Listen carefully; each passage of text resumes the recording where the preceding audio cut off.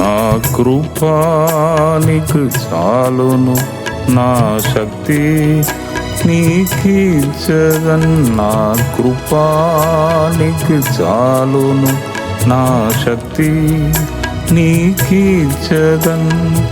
Grace grace కృపా కృపా, grace grace కృపా కృపా, గ్రేస్ గ్రేస్ కృపా కృపా, గ్రేస్ గ్రేస్ కృపా కృపా. నా కృపా నీకు చాలును, నా శక్తి నీకిచ్చదన్. నా కృపా నీకు చాలును, నా శక్తి నీకిచ్చదన్. ఈ దినము మీకు వచ్చుచున్న మాట ఏమిటి అంటే, నేను ఇంత ముందు మీకు చెప్పిన అదే వాక్యమును ఈ దినము మీకు నేను చెప్తున్నాను. 116వ కీర్తన 8వ వచనం. మరణము నుండి నా ప్రాణమును, కన్నీళ్లు విడువకుండా నా కన్నులను, జారి పడకుండా నా పాదములను నీవు తప్పించి ఉన్నావు. ఫస్ట్ 3 విషయాలు చెప్పబడి ఉన్నది. ఫస్ట్ విషయం నేను ఆల్రెడీ మీకు చెప్పాను. సెకండ్ ఏమున్నదంటే, కన్నీళ్ళు విడువకుండా నా కన్నులను తప్పించి ఉన్నావు. కన్నీళ్ళు విడువకుండా, కన్నీళ్ళు ఎప్పుడు వస్తుంది? ఈ లోకంలో వెంటనే మనం చెప్పగలము, ఎవరైనా మరణిస్తే కుటుంబంలో అప్పుడు కన్నీళ్ళు వస్తుంది. అవును, బాగా దుఃఖం వచ్చినప్పుడు, తట్టుకోలేని బాధ కలిగినప్పుడు ఒక్కొక్కసారి కన్నీళ్ళు వస్తుంది. ఇంకొకటి, కొన్ని కూడికలలో నేను అప్పుడప్పుడు చెప్తూ ఉంటాను, దేవుడు ఒక్క హృదయమును కరుగజేసినప్పుడు కన్నీళ్ళు వస్తుంది. కన్నీళ్ళు విడవకుండా, కన్నీళ్ళు రావడం మంచిదా? ఎప్పుడో ఒకసారి వస్తుంది. అందరూ కన్నీళ్ళు ఎప్పుడు కూడా కన్నీళ్ళు విడవడము ఎవరు ఇష్టపడరు. మా ఫ్యాక్టరీలో కూడా కొన్నిసార్లు ఈ లేడీస్ ఒక్కొక్కరితో మాట్లాడుతున్నప్పుడు ఇంటి బాధలు కష్టాలు చెప్పుకుంటూ ఏడుస్తారు. నేను చెప్తాను, ఏడు వద్దు. మనం పని చేసే స్థలము మంచి సంతోషంగా పని చేయాలి, ఇక్కడ కన్నీళ్ళు విడవద్దు అని చెప్తూ ఉంటాను.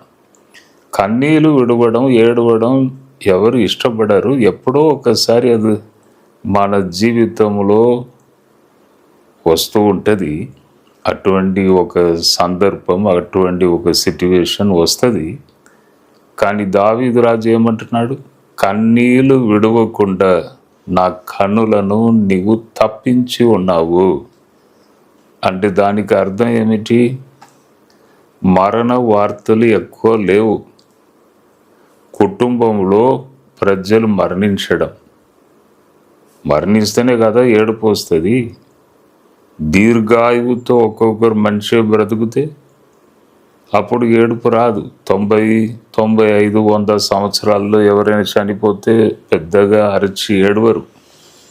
ఎందుకంటే సరే ఇంతకాలం బ్రతికారు, కష్ట సుఖమని అనుభవించారు.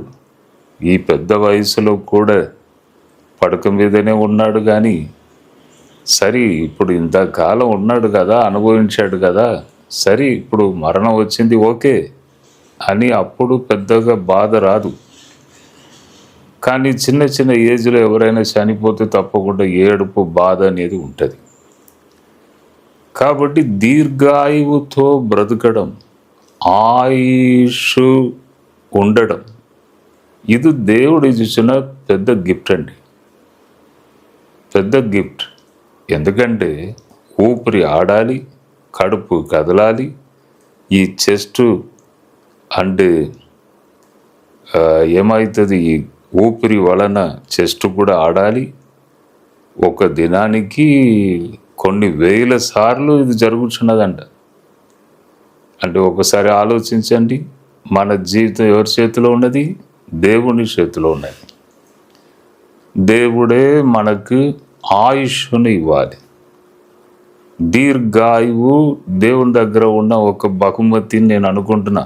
తల్లిదండ్రులను సన్మానించు, అప్పుడు నీకు దీర్ఘాయువు నేను ఇస్తాను.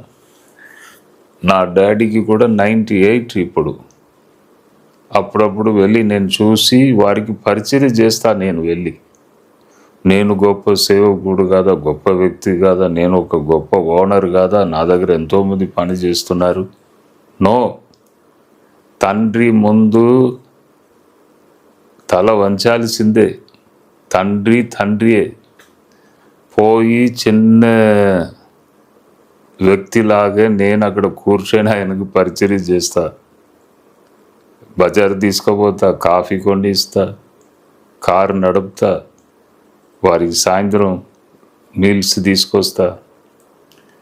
అంటే ఎందుకు చెప్తున్నా అంటే తండ్రి తండ్రియే.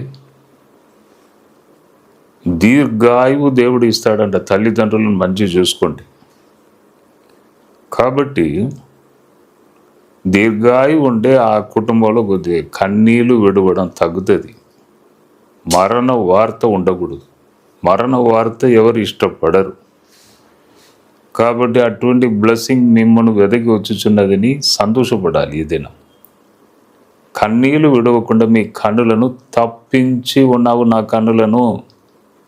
ఈ బ్లెస్సింగ్ ప్రతి ఫ్యామిలీకి, ఈ వాక్యం నుంచున్న ప్రతి ఫ్యామిలీకి ఈ బ్లెస్సింగ్ పోవాలి. కాబట్టి దీనిని ప్రాఫెసీ తీసుకోవాలి, వాగ్దానం తీసుకోవాలి.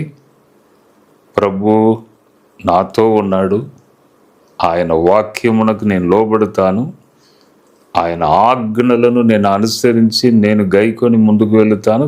దీర్ఘాయు దేవుడు ఇస్తాడు. కన్నీళ్లు విడవడం మా కుటుంబంలో ఉండదు అని పూర్తిగా నమ్మి దీనిని తీసుకోవాలి, ఈ బ్లెస్సింగ్. అలాగే ప్రభు మీ కుటుంబాన్ని దీవిస్తాడండి. మీ కొరకు నేను ప్రార్థన చేస్తాను. ప్రభువా, కొన్ని విషయాలు మేము విన్నాం, వాగ్దానం, ఈ దిన వాగ్దానం. అలాగే ప్రజలను దీవించండి. ఎంతమంది వాక్యాన్ని విన్నారో ఆ బ్లెస్సింగ్ వారికి వెళ్ళాలి. కుటుంబం మీద, పిల్లల మీద నీ బ్లెస్సింగ్ వెళ్ళాలి. ఇప్పుడే మీ హస్తం వారి మీదకి రావాలి. చీల్చబడిన మీ హస్తం మంచి ఆరోగ్యం, నెమ్మది, సమాధానం దయచేయండి, నడిపించండి తండ్రి. ఘనత మహిమ నీకే యేసు నామములో అడిగి వేడుకొనుచున్నాను తండ్రి. ఆమేన్. 13వ తేదీ, 14వ తేదీ స్పెషల్ మీటింగ్స్ ఉన్నవి. ఈ నెల మార్చి 13, 14 ప్రతి నెల కూడా 2 దినాలు స్పెషల్ మీటింగ్ మా ప్రేయర్ ట్రవర్లో, గిఫ్ట్ ఆఫ్ జీసస్ ప్రేయర్ ట్రవర్లో జరుగుతూ ఉంటుంది. మీకు తెలుసు. 13వ తేదీ పాస్టర్స్ మీటింగ్, 14వ తేదీ సెకండ్ సాటర్డే పబ్లిక్ కొరకు హీలింగ్ సర్వీస్, అందరి కొరకు ప్రార్థన చేస్తాం. ఈ 2 దినములు కూడా ఉదయం 10 గంటలకి మీటింగ్ స్టార్ట్ అవుతుందండి. కుటుంబం వచ్చేవారు కుటుంబం రండి, కారులో వచ్చేవారు కార్లు రండి, 2 వీలర్లో వచ్చేవారు 2 వీలర్లో రండి. రైల్వే స్టేషన్ నుండి బస్ వసతి మీ కొరకు ఉన్నది. తర్వాత ఉచిత భోజన వసతి, ఎందుకంటే దూరం నుండి వచ్చేవారు మళ్ళీ పోవాలంటే కష్టం. కాబట్టి వారి కొరకు భోజన వసతి ఉన్నది. గమనించండి, కుటుంబం రండి. ప్రభు చక్కగా మీతో మాట్లాడుతాడు. ప్రభు ఏం మాట్లాడుచున్నాడో మీరు వినాలి. కాబట్టి ప్రేమతో ఆహ్వానిస్తున్నాం.